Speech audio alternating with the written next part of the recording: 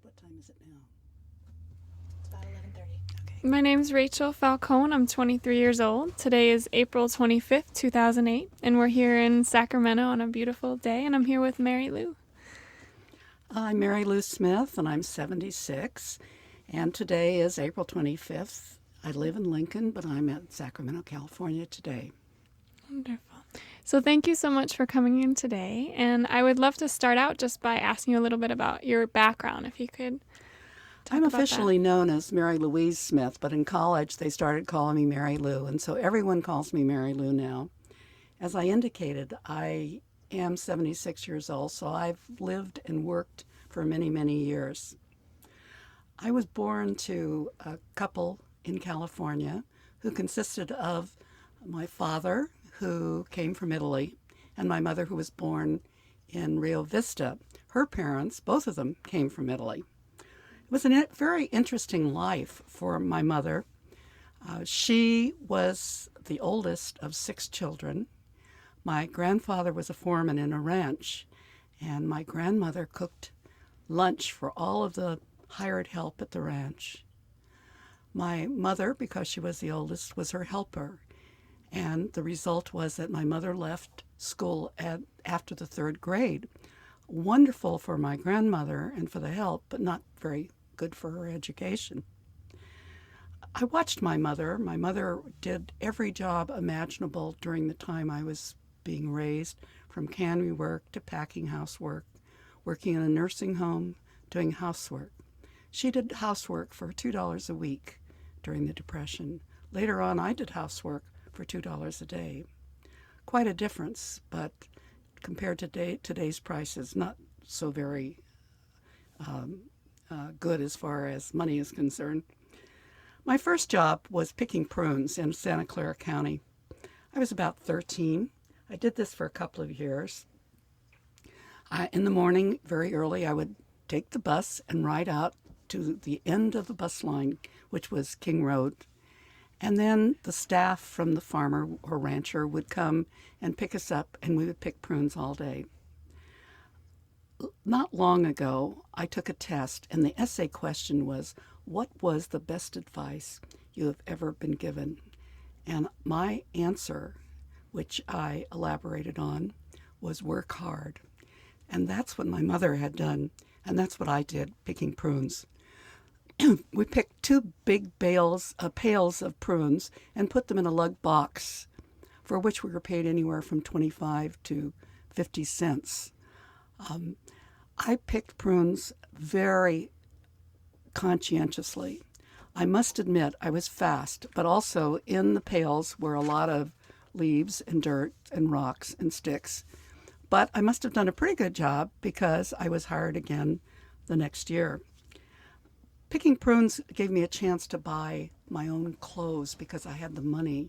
And from then on, from the age of 13, I bought my own clothes throughout my life. I had great pride in my accomplishment and the things that I had worked for. Maybe in emulating my mother, I don't know. My next job was babysitting, and still I used the money to buy school clothes. The job after that was my 17-year-old college days, or at least the start of my college days. I worked at Thrifty Drugstore for 4 to 5 years, going to school in San Jose. And at that time, I worked in the liquor section, the drug section, the candy section, the photo section, cosmetics, all through the store. They liked me, and I liked working there. I worked 20 hours a week, which gave me $20 a week. And I used that money to buy the formals that I wanted, the clothes that I wanted, the activities that I wanted, and felt very fortunate to have that money because I came from a very poor family.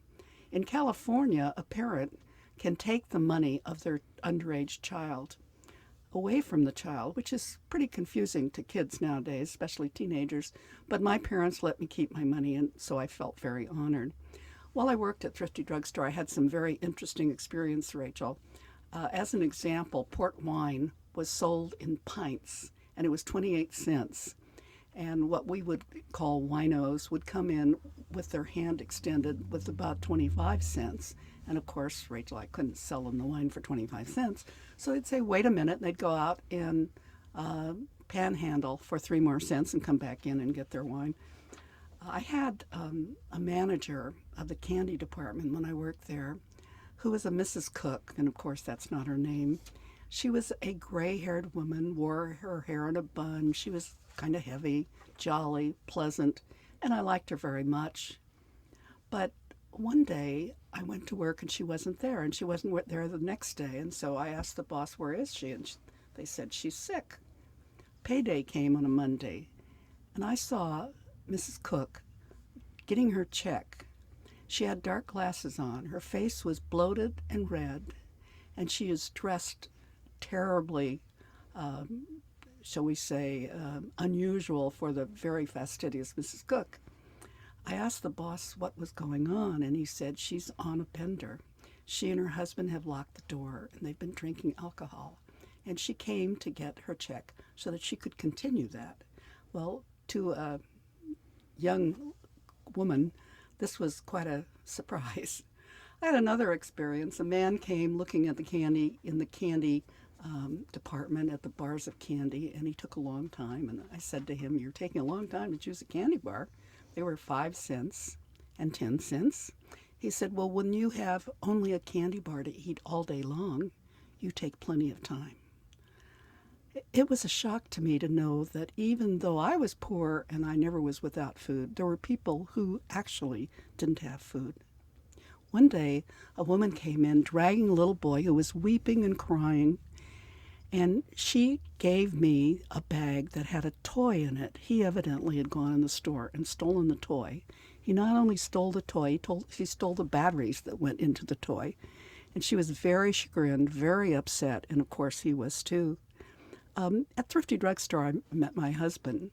My husband's friend came from Stockton and dated a gal that worked with me at Thrifty Drug, also went to San Jose State. So we double dated, and I dated him for quite a few years. He went to the Korean War, came back, we got married, and we've been married for 53 years, almost 54. What did you think when you saw him? I thought he looked very mature, Rachel, and that was kind of interesting to me because I'd been dating college boys, and he was a little bit older, looked different, looked a little bad. He had a leather jacket on, so that kind of perked up my interest. I guess what I learned in that job was that people are different, and there's a lot of drama in the world, and you have to be able to tune into it and look at it. And I also learned a lot about time management, because if I had to work till 10 o'clock on a certain night and I had a test the next day, I couldn't wait until that night to study. And many times I brought my clothes to the store when I worked late to change to go out on a date. So it was quite a time management experience for me. After San Jose State, I went to graduate school and then got my first teaching job. And I know that most people remember Welcome Back, Kotter. That's on the TV. Not maybe, Rachel, during your time, but maybe you've seen reruns. And he had a group of students that were called Sweat Hogs. I had a class in high school where my students were in the lowest ability. There were about 19 men or boys, and about 6 girls. And the girls never said a word because the men were so outspoken. As an example, one time I was pulling a curtain after I'd shown a movie, and one of the boys yelled out across the room, "My God, Mrs. Smith, you have great legs." And I responded with, "That's inappropriate." And the whole class said, "That's inappropriate." So they brought me a lot of joy. Another time, I complained because I went to this room as a 7th period teacher, and it was the first time I was in that room, and the other teachers had filled up the waste paper basket. Every day it was full, and I complained about that. One day I went to class, and the boys had gone out and gotten a garbage can and put it by the desk for my amusement. I had a Corvair car, the Ralph Nader, unsafe at any speed car, and the boys came in one day and said, "Mrs. Smith, someone has done something to your car. You have to go see it. So I went out in the faculty parking lot, and they had picked it up and blocked the faculty parking lot with the car. I told them that in 5 minutes they were to return to class, and my car better be where it was supposed to be. So there's a lot of humor in working if you can see it and if you can enjoy it. I learned at that time, my teaching days, to enjoy teenagers. And at present, as an example, I'm tutoring a 16-year-old boy at Lincoln High, trying to get him to pass his exit exam. As I was teaching, I went to law school. I had wanted to be a lawyer when I was younger, but I didn't feel I had the finances to be able to support myself through 4 years of college and 3 years of law school. So I went into teaching, which turned out to be a very fulfilling job.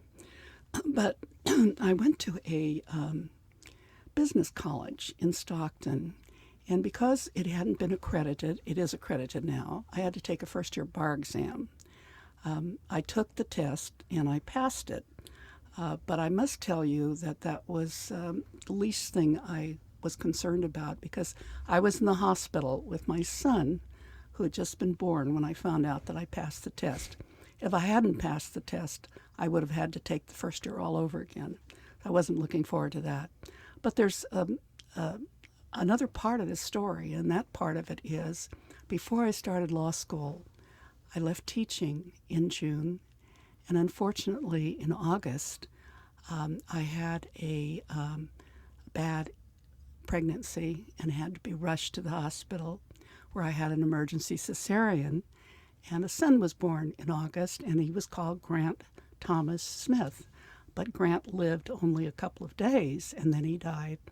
And to get me into the spirit of life, I chose to do some substitute teaching and to start law school near the end of that first year.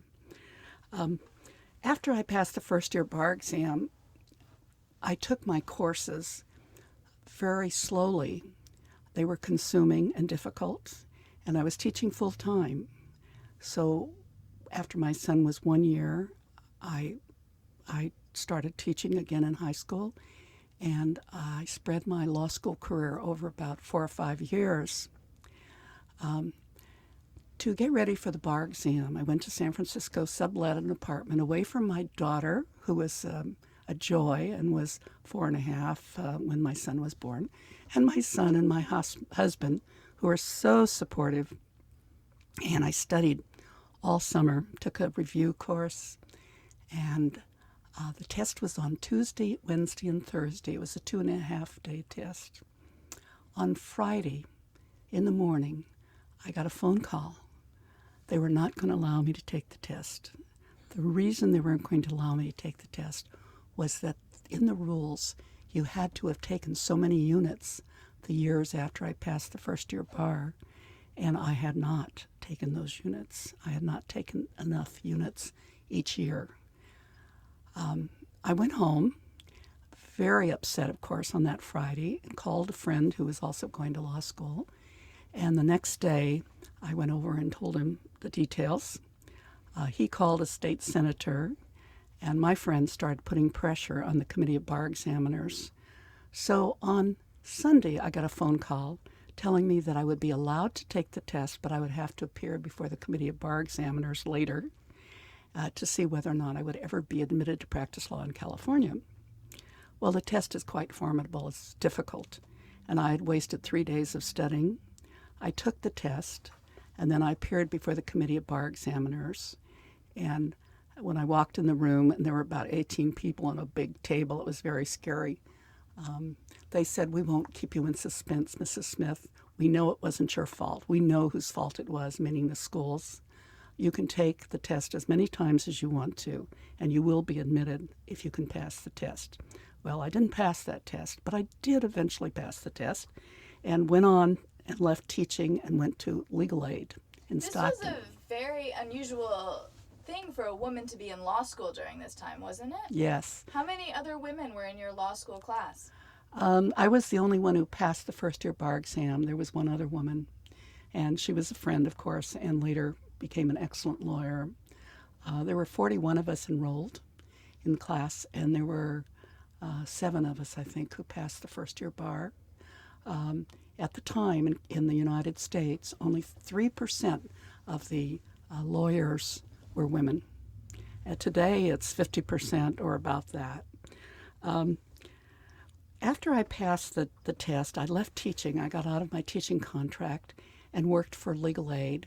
I had a friend who'd gone to law school with me who was the director of legal aid, and he asked me if I'd like to come and try it.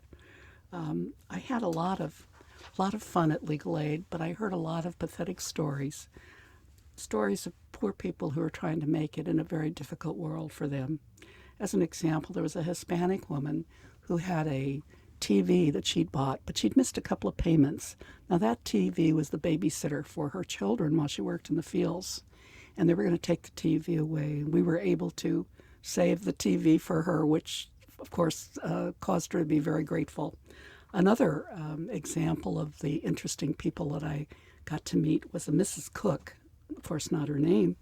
And Mrs. Cook was so friendly. She brought me vegetables from her garden when she came each time. And when I would see her in the waiting room, I'd somewhat hold my head and think, oh my gosh, what has she done now? Because Mrs. Cook was available for every door-to-door salesman to purchase their wares. First, it was water softener. And she had no need for water softening, but she bought it. The trouble is she put a lien on her house, so we took care of that problem. The next thing is she got new hearing aids that weren't as good as her old hearing aids, but she put a lien on her house, and we took care of that problem.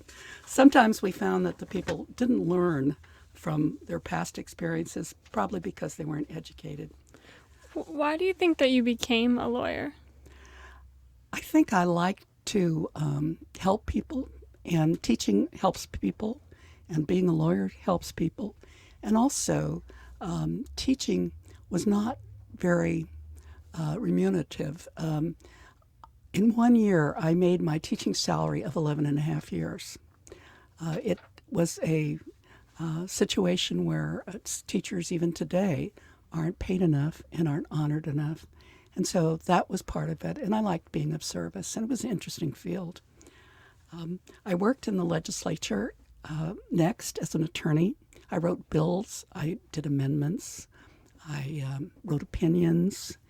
And here I learned detail because I was never a detailed person. And if you have a comma out of place in a statute, it's very significant. And you learn because they will bring that bill over to you and show you your error. It's very embarrassing. So you learn detail, and that was good.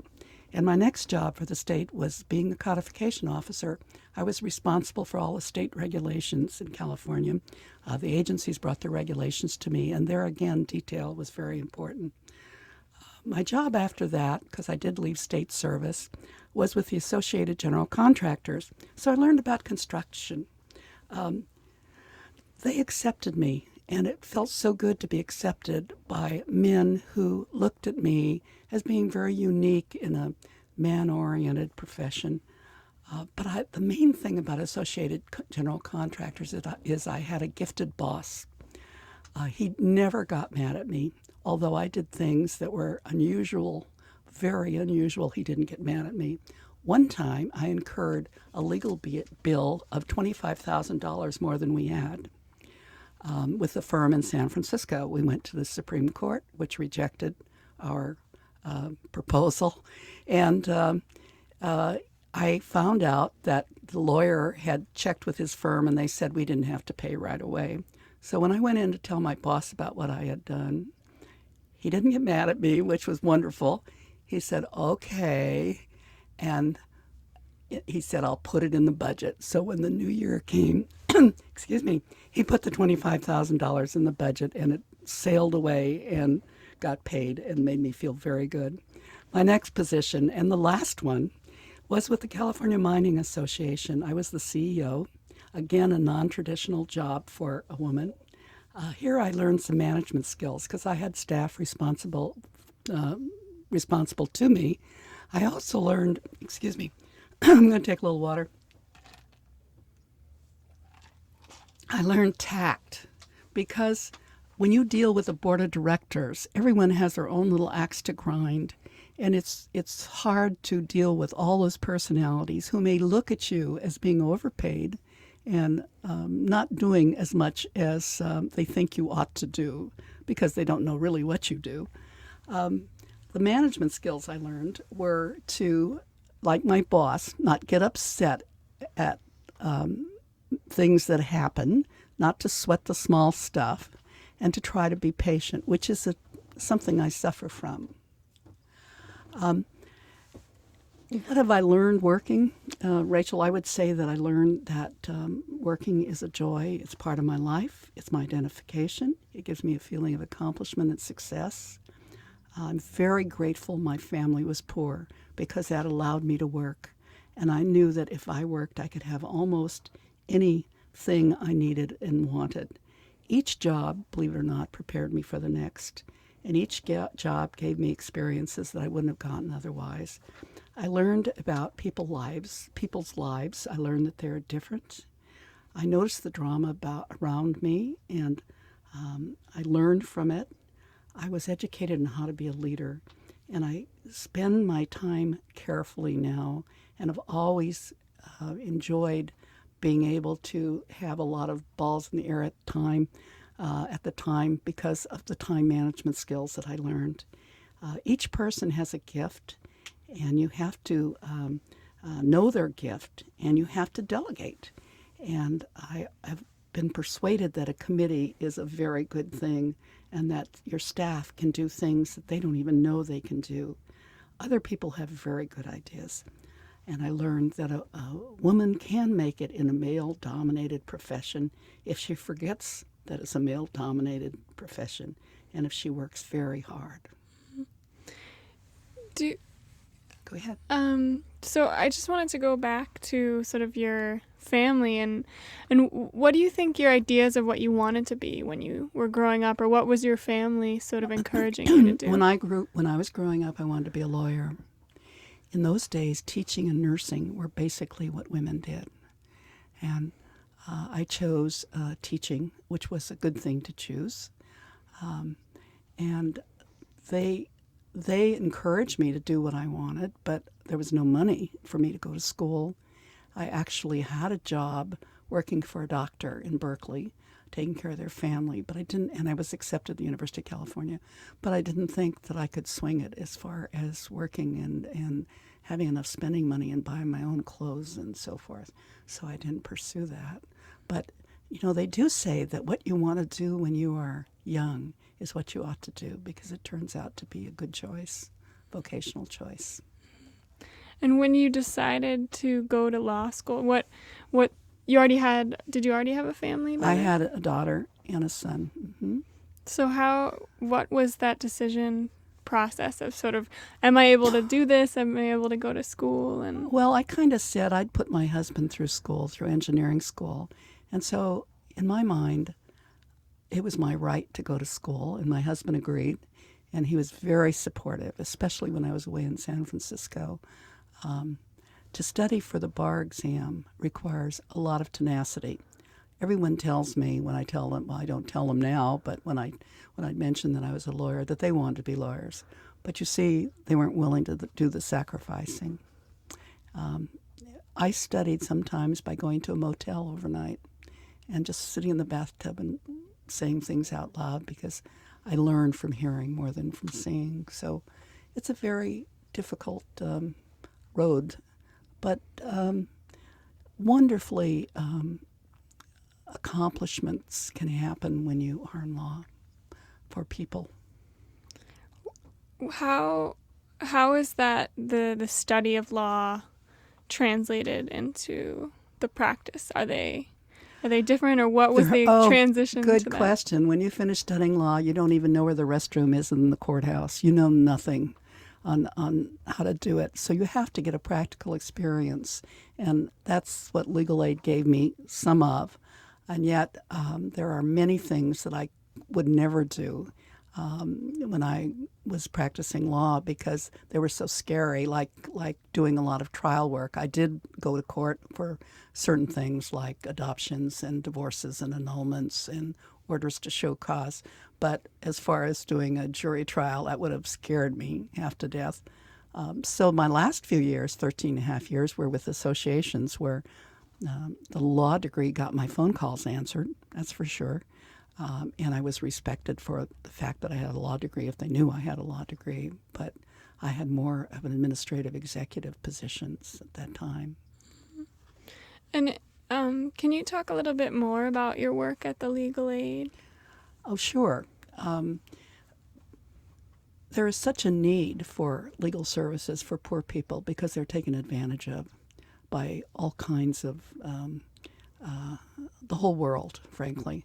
And we had a lot of incidences where we helped people get out of situations that they shouldn't have gotten into.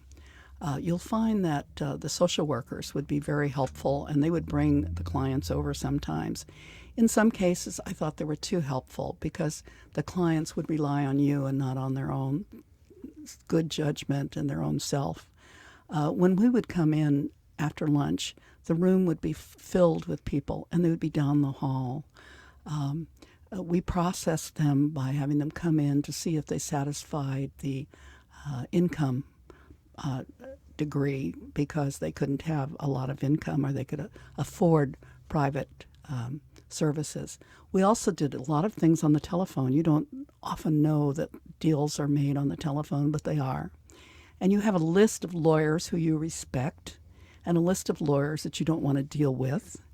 And the ones that you respect, you know will be honest and will do what they say that will do. And the others you actually don't want to deal with at all. But that's in every profession. Oh, I had lots of interesting things happen in legal aid. And I don't know how much more time I have. How much time, Sarah, do I have? You have 15 minutes. That's wonderful. It was a wonderful experience for me, Rachel. I would like to talk about a health scare that I had because I'd like my children to know it. Could I do that? Mm-hmm, of course. In 2000, I discovered I was teaching 2 days a week in Roseville High School, at a great school, and I discovered that I had cardiomyopathy. Cardiomyopathy is a disease that you can die of. It means that the left part of your heart gets bigger and bigger. I was very upset because I didn't think there was anything wrong with my heart, and having something wrong with your heart is quite definitive. I continued teaching, and in September 2001, after September 11th, on September 29th, I woke up in the morning and I felt very strange. I went to the bathroom and I could barely walk. I went downstairs, and because I'd been taking my blood pressure at doctor's orders infrequently, several times a week, I took my blood pressure, and my pulse was 30. A normal pulse is 60 or above. So I knew I might be in trouble. I thought if I read the paper, maybe I'd calm down and the pulse would go up. So I leaned on my car and went out the garage and got the Sunday paper and went to the sofa and laid down, but I couldn't read the paper. My head was just too strange. I went upstairs, woke my husband up and said, I have to go to the emergency hospital. And he put me in the car, and I can remember telling him, you just have to go faster. We got to the emergency, and I told them what my problem was, and they put me in a tiny little room. Very soon that room was filled with people. There was no room for my husband. I was taking a lot of medication for cardiomyopathy. They took my blood pressure, and obviously it was low still. And they thought maybe it was an interaction of a couple of the pills I was taking because one of the pills had caused some problems in the past. So they put me in the ICU. And this was a Sunday. There was only one other person in the ICU, and there were 2 nurses in the ICU. My husband stayed with me. But Rachel, when you're in the hospital, it's so dreary, and someone's sitting there all day. It's so boring. So I sent him home. And I was watching the monitor and my blood pressure, the monitor that registers all of your health facts. My blood pressure was 35, 41, 29, 32. And the nurses came in and said, "Don't watch that. It'll just make you nervous. We have it here at the desk." And I said, "Well, I think I will." So I'd watch it, and they'd come in and they'd say, "Don't watch that." And I didn't pay any attention to them.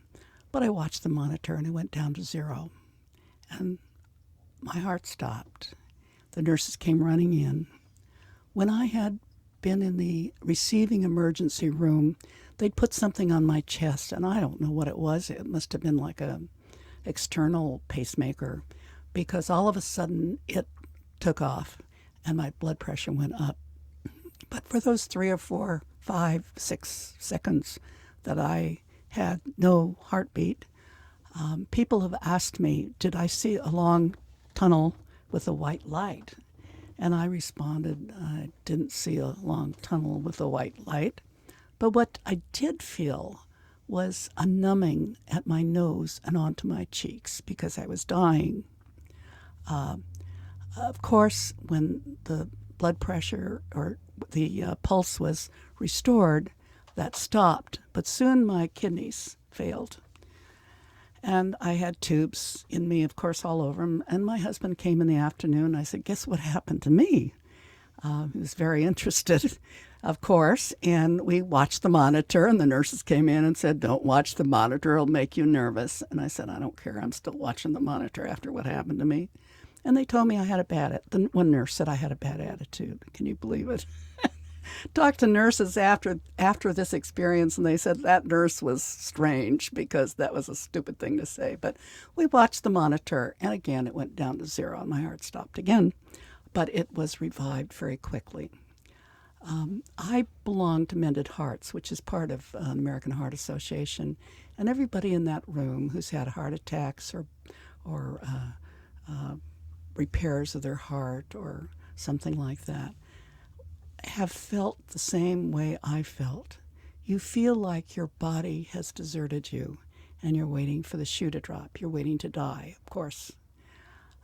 You get very depressed. When I went home about 6 days later, I was very depressed. I couldn't eat. I was kind of like in a zone away from life. I remember it was my birthday in October, and my husband bought a cake, and I couldn't eat the cake, and I lost 10 pounds in about 10 days. And it took me a while to understand that life was going to go on and that I wasn't going to die. It's a very awe-inspiring experience. I went to counseling to help me get over it. I wrote this experience down so that it would help me get through the experience, and I do have that story at home. I don't know if this is at all interesting to you, but it was very interesting to me. And I'm still alive, and you see that was 2001. So something is going right. I continue to be monitored and take medication and have echocardiograms and all of that kind of stuff. But I'm still alive, which is a wonderful blessing. How has your relationship to your life changed? Sort of how you think about aging, or...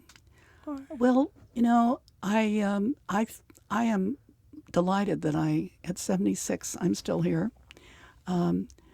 As I have aged, I've been very grateful for all the blessings I've had. I take great joy in one particular grandchild who lives in this area. I have 6 grandchildren, and one is a particular joy because she lived with us for a year. So she's sort of between my being her mother and her grandmother. And I just returned from South America, where I took her on a cruise. She's graduating from college in May, and this was her present for graduating. I think I felt I've lived a very wonderful life, and whatever is to be in the future, I will have to face. It's not that I haven't faced some serious problems, because I have serious problems right now with my husband's health. But I feel that with the Lord's protection, I'm going to make it. I don't know how other people feel. Where I live in Lincoln Hills, we have a lot of activities, and I participate in a lot of activities. How do you think that the people around you will remember you? Well, I think they'll remember me as a lecture giver. My grandchildren, I tell them I give them some information and I say that's lecture 453. They, oh, Grammy. But I think they'll remember me as having very high standards, probably too high for this generation, which are doing a lot of things that I don't necessarily approve of. I think they'll remember me as being very honest, very resourceful, a hard worker, and kind, and generous. I've been very generous to my grandchildren and my children. And they'll be in awe that my husband and I have been married for all these years. We're extremely different personalities. He's easygoing, which is a joy for me because it allows me to spin off and do these crazy things, and he's supportive and easygoing. So that's kind of how I think they will remember me, hopefully. How do you think you did do it with your husband? How did you continue for so many beautiful years together? Oh, well, he has a lot of humor, and I do too, and we laugh an awful lot over all kinds of crazy things. As an example, when I was growing up, I was very poor, as I indicated to you, and so even a can of tuna was a treat. One day, my husband looked at the cupboard, and he said, "There's 7 cans of tuna here. Are you trying to corner the tuna market?" So we have those kinds of jokes. We have 2 dogs, 2 Westies that we love, and they do silly and stupid things, and we laugh over what they do too. So I think the humor has gotten us through some very difficult times. Mm-hmm. And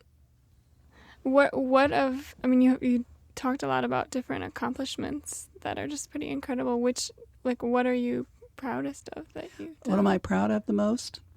I think touching people, servicing people, giving people a chance to see their better self, whether they're a student or an adult. When I hired employees, I told them, this is not your last job. I'm going to train you, and you're going to get a better job when you leave here. And as far as students are concerned, I expected a lot from them, and they delivered. So I think enabling people to surprise themselves in what they could do is it. And it just amazes me, sort of, especially as a CEO. How did you do that? Were you just confident in yourself, or do you feel? Well, one of the things I did is I went and asked my good boss, who I liked so much, what he felt were the strong points in being a CEO.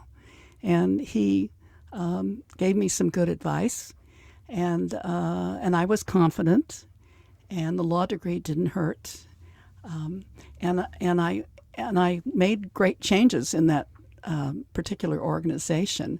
In fact, when they had a retirement party for me, they had a parody, the board of directors, of how it was before I came and how it was after I came. And before I came, they all put their feet up on the desk and picked up their phones and called around and paid no attention to each other. And after I came, they all sat there with their books and paid attention and did the right things. So maybe that's what I contributed to them. Mm-hmm. I want to thank you for this opportunity to do this story. I have so many things I could talk about, but I wanted my children to know about the struggles that I had in work, and that working hard was very important to me as a guideline. Well, thank you so much for coming and talking with us. Thank you.